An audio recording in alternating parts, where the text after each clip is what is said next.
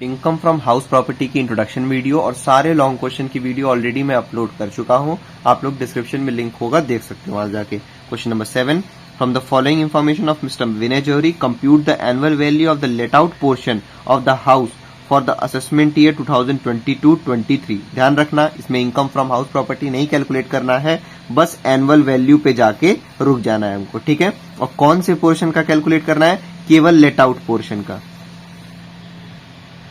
सबसे पहले दिया हुआ है municipal value 20,000, municipal tax paid 4,000, house is being used for self residential purposes but let out 1/4 portion at the rate 400 per month with effect from 1 जनवरी 2022। देखो, इसमें कोई घबराने वाली बात नहीं है। देखो, सबसे पहली बात तो ये जान लो, एक पूरा घर था,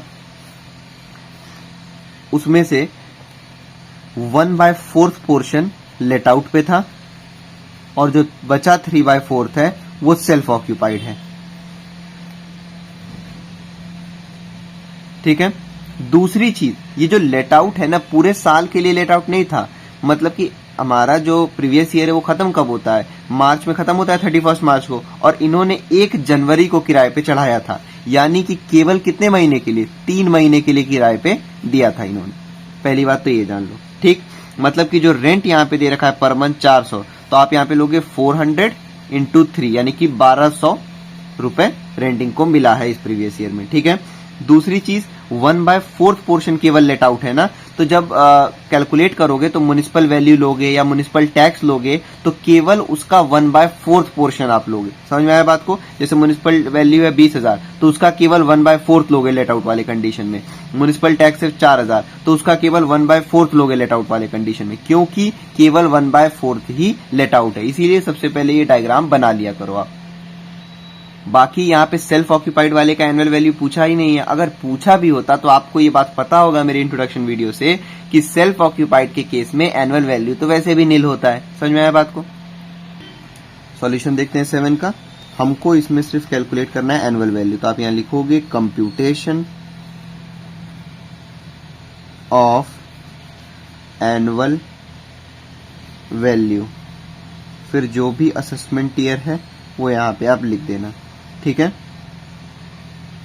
दूसरी चीज, इस क्वेश्चन में स्टैंडर्ड रेंट नहीं दे रखा है। जब भी क्वेश्चन में स्टैंडर्ड रेंट नहीं देगा तब आप कौन से फॉर्मूले से सॉल्व करते हो? नॉट कवर्ड वाले फॉर्मूले से सॉल्व करते हो, ठीक है।